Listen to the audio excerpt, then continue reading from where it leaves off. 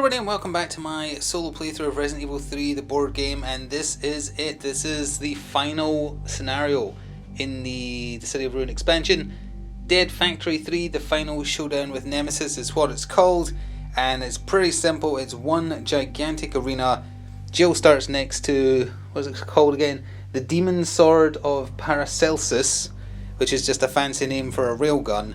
And Nemesis, despite being shot to bits, burned by acid, murdered who knows how many times, he's mutated into this lovely creature here and will be trying to murder Jill one last time. And I show this off and go over how I painted him in the most recent Getting Stuff Painted, which you should see before this goes live, if you're interested. So, it's a boss fight. It's like the Gravedigger fight in the expansion as well, although you do have to do some setup, take certain cards out until later in the fight. And if you're playing solo, you reduce his HP. So he starts with 30 HP, goes down to 20, because you reduce it by 10 to a minimum of 10 if you're alone. He is vengeful, which means if he is attacked during the action phase, it performs a move action towards them in the tension phase. So you can hit him like 3-4 times, but then in the tension phase it gets a free move before he draws AI. And acid reflexes. Whenever you damage stage 3 Nemesis, do a basic evade or suffer 1 damage, because he kind of just... he's spewing acid from every pore. It's really disgusting. But he's also unstable, so when you get him to 0, you flip his card and he keeps attacking. He's supposed to get 30 health back, but we'll be doing what we did for Gravedigger and applying the solo modifier to that as well, so he'll get 20 health back. So ostensibly he has 40 HP in total, which is pretty scary. He also adds some nastier AI cards when you have to flip it over after he's initially dead. So that covers his basics. He has his AI deck there.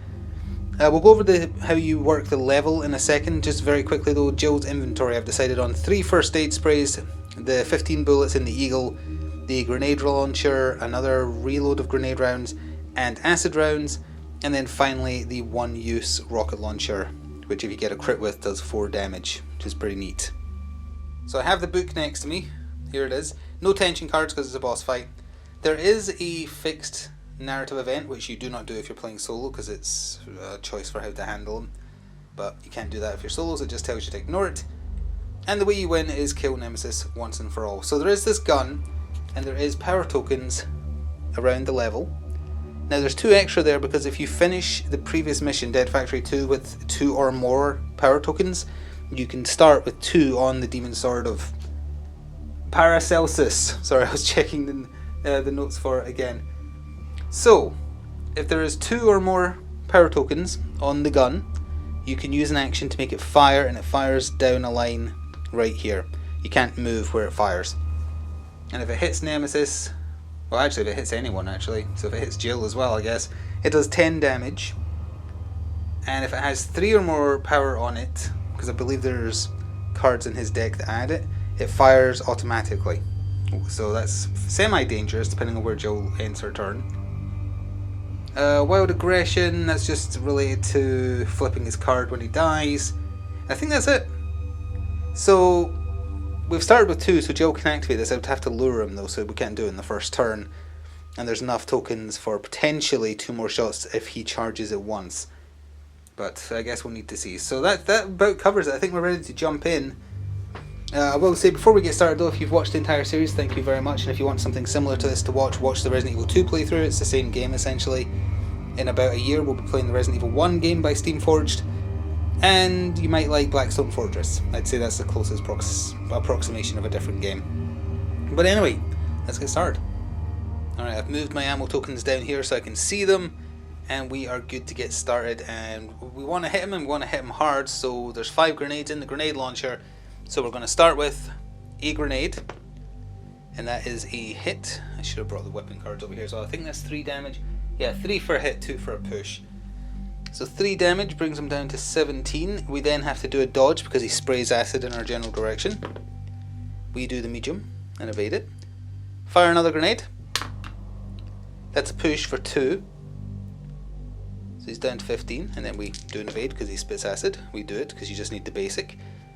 We're already down to 3 grenades and we have 2 actions left. Now do I want to move? He's definitely making a move towards me because I've shot him. and then he might also move again because of whatever the AI card says. But I want him on this square so he gets hit by the railgun.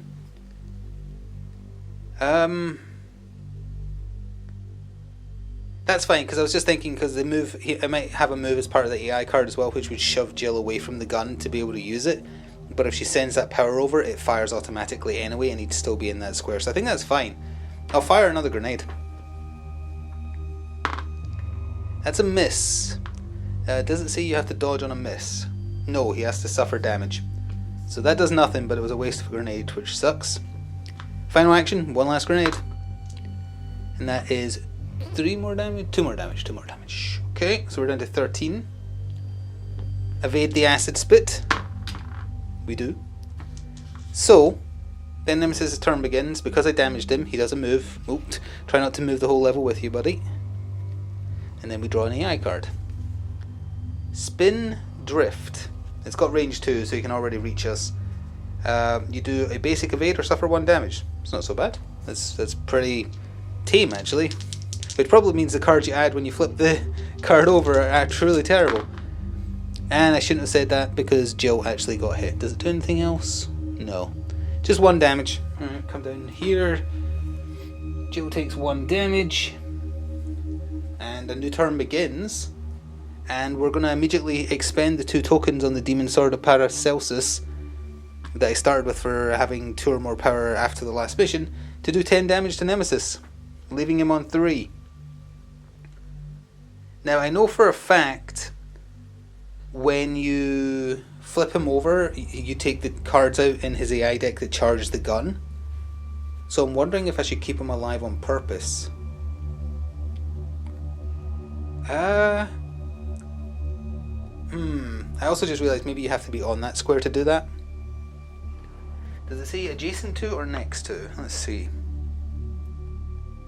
A character can spend an action while on the same square. Okay, so she's actually already used 2 actions because it was 1, used that for 2, 3, and then we're going to move on to this power token for 4. I didn't shoot Nemesis this turn, so he doesn't get a free react, he just gets an AI card as normal. Yeah, here we go. Cannon charge, can't talk. Place a power token on the square containing the key symbol, remove this card from the game, then draw a replacement. Alright, so this card is gone, but the cannon now has 1 charge, and we do still have to draw another one. Cannon charge. Well, okay. There we go, and then we draw another one. There's 3 in this deck. Oh no, he's doing something else. Tentacle drag. Range 3, so you can obviously reach. If this attack damaged a character, push them 1 square towards Nemesis. Well, we can't get any closer. We have to do the best evade or suffer 1 damage. We did the best evade. Good job, Jill. Okay, well that changes things. I don't want to waste the cannon because he's got 3 health left.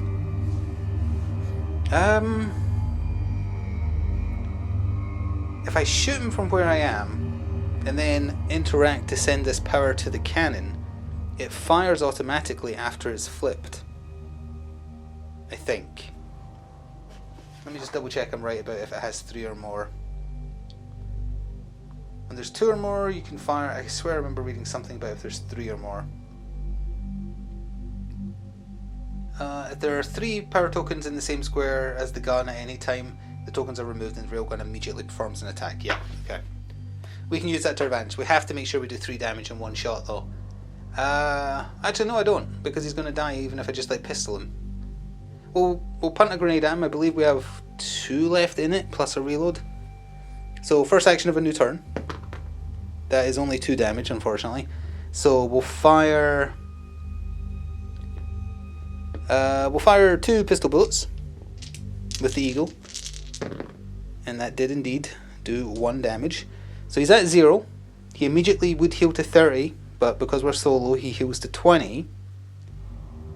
And I think I have to do some deck manipulation as well, hang on. Remove all cards from the behavior deck that have Nemesis' face and then add in Body Slam, Double Cleave and Rib Impale. Then flip this card to the opposite side. On the opposite side he moves faster, he has movement 2. He only has Monstrous Rage. If he suffers 10 or more damage during a character's action phase, they draw an additional behavior card in the tension phase. So if I shoot him with a cannon now, he gets double reactions. But he doesn't react to me damaging him, and that's the important part. So I had I have 2 actions left. I used 2 bullets. I'm going to need to change his AI deck though, so give me a second. Alright, the deck has been shuffled and all the cards have been taken out. Can I just say it's really good that we didn't get to see Acid Rain, because that's what it is. It does 3 damage in 3 separate attacks and it's very nasty. I thought the cannon charges came out at that point, but they actually don't have the Nemesis face, so obviously the 2 we've had are out already, but there is still 1 in the deck. So anyway, we have 2 actions left. I'm sending the power to the gun for 1. It immediately performs an attack as a result, and Nemesis takes 10 damage. So he's got 10 health left. This is going very well, but that means he gets to do 2 reactions at the end of the turn. So for my last reaction, Jill is going to come back over here and think about her life. So first reaction then, a cleave. Nemesis stage 3 moves towards the active character. Oh dear. 1, 2. Does he have a push action? He does actually, so she would get pushed first. The push is a normal evade or suffer 1 damage. She suffers 1 damage. That's nasty. And then you've got to do the best evade or take 2 damage, which would leave you on danger, which is not good. She did... No, that's the medium evade. She took 2 damage. I spoke too soon. Now she is no hits away from death, but she has a rule where if she would take fatal damage, she does not die the first time in a scenario it happens. It's called the last escape. We've never had to use it yet, but I think we're about to, because I have to draw 2. It's exactly the same attack. Presumably it still doesn't move, but if it doesn't move I can't push myself in such a way where it wouldn't... Like if I push myself there, it still can't walk forwards, so presumably you don't do it. But it's best evade or take 2 damage. And she didn't do it, so that would have killed Jill, but let me just read the last escape. The first time Jill becomes unconscious during a scenario, place her health track on danger instead, then place her in an adjacent square. It works once per scenario. Yeah, during a scenario. So I can move to an adjacent square as well, so I guess I'll just go bloop. But yeah, I wanted to get through this without dying once, so technically we no longer can, because Jill just died there, but her ability saved her. So at the start of this new turn, we're obviously cracking out a first aid spray, first of all. So that's done for 3. 1, 2, 3. Now, can I kill it in 3 actions? 10 damage in 3 actions. I don't think I can. We don't really want to use the gun. I want to finish it off myself. We have 3 actions left, so I could go 1, 2, 3. He moves 2, which would put him in point blank with me anyway. I think we have 1 grenade left. As long as I don't do more than 10 in 1 turn, he won't get the double react. He'll just get a single. So... it's tricky. I'll fire the last grenade. So this is second action. It hit for 4. Sorry, 3. He has 7 health left. Put that there. 7 health left. And I have 2 actions left. I will move over here. And for the final action, I will load in the acid rounds. So we have 4 acid rounds. If they get a crit, they do 5 damage. And we only get 4 of them. So I didn't do more than 10 damage in 1 turn. So he only gets 1 reaction.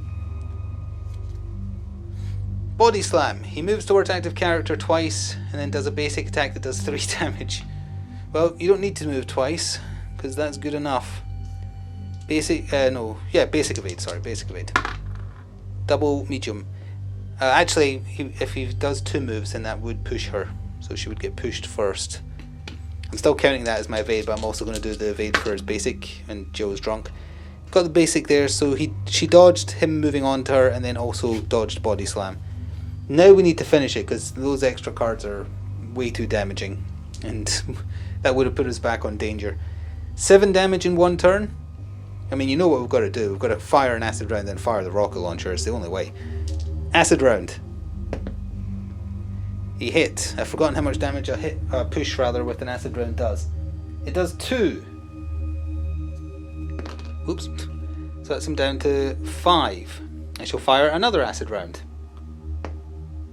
Another push. That is 2 damage. 3 health left. I think it's time. We're using the rocket launcher. So for the rocket launcher, you get 1 shot. You roll 3 blue, 1 red. He pushes 2 damage. He hit is 3 damage, and if you manage to get a crit on that 1 red dice, it does 4. Well, we didn't get the crit unfortunately, but we did do 3 damage. The rocket launcher smacks into Nemesis and explodinates him. Now, this is the point at which you would read the fixed narrative event if you were playing with more characters or more people. Where even is the door? I'm just trying to see where, because if the gun's there, the door should be there. Yeah, I don't think it is modelled there, but in the game that's where the door is. Unfortunately, there's no way for a solo person to have the "you want stars, I'll give you stars" moment where Jill grabs the magnum off the floor and shoots Nemesis to death, which is uber and excellent. So unfortunately, because we're playing solo, Jill just gets out, where I'm going to choose, I mean, depending on how you play the game, it's either Carlos or Barry that is waiting for her in a helicopter. I'm going to say it's Barry. I like Barry. Barry Burton came to save Jill, helicopters her away, and then there's that moment in the helicopter, of course, that says it's time, and the nuke hits Raccoon City. So that is it. Unlike the Resident Evil 2 campaign, Jill was able to be successful. I feel like for this moment to have full effect, what you need to do is in another window or tab, have the ending music to the original Resident Evil 3 playing, which is like a really great, somber, reflective piano music. It's really good. It's not as good as the cheesy rock metal Resident Evil 1 ending music, but the Resident Evil 3 Nemesis ending music is it's very fitting, considering you just watched a city explode. But yeah, thank you very much for watching the entire series if you did. As I've already said, I'm very interested in Steamforged Games' Resident Evil 1 game. It plays essentially the same. I'm sure they'll be releasing a demo of it soon because the Kickstarter opens at the end of October. And there's other options on the channel available if you want something to tide you over until then. And if you like more story-driven stuff, you might also like Fallout Wasteland Warfare, which has just recently returned to the channel as well. Apologies for anything done wrong through the playthrough, but the most important thing was that fun was had. Go check out the game if you're interested. I like it. I like it better than Resident Evil 2. I'm glad they incorporated a lot of the stuff that my friends and I ended up homebrewing into Resident Evil 2 to make it more playable. Their core rules in Resident Evil 3, which makes it much better. And hopefully Resident Evil 1 will also be just a more refined version of this as well, with some extra mechanics on top. They're basing it on the GameCube Resident Evil 1 remake, which in my opinion is the best version of Resident Evil 1. So it's got like the Crimson Head mechanic and Lisa Trevor, etc. So there'll be some interesting stuff. But again, thank you for watching. I am sincerely grateful. Go check out some other stuff on the channel, and I'll see you next time. Until then, ta-ta for now.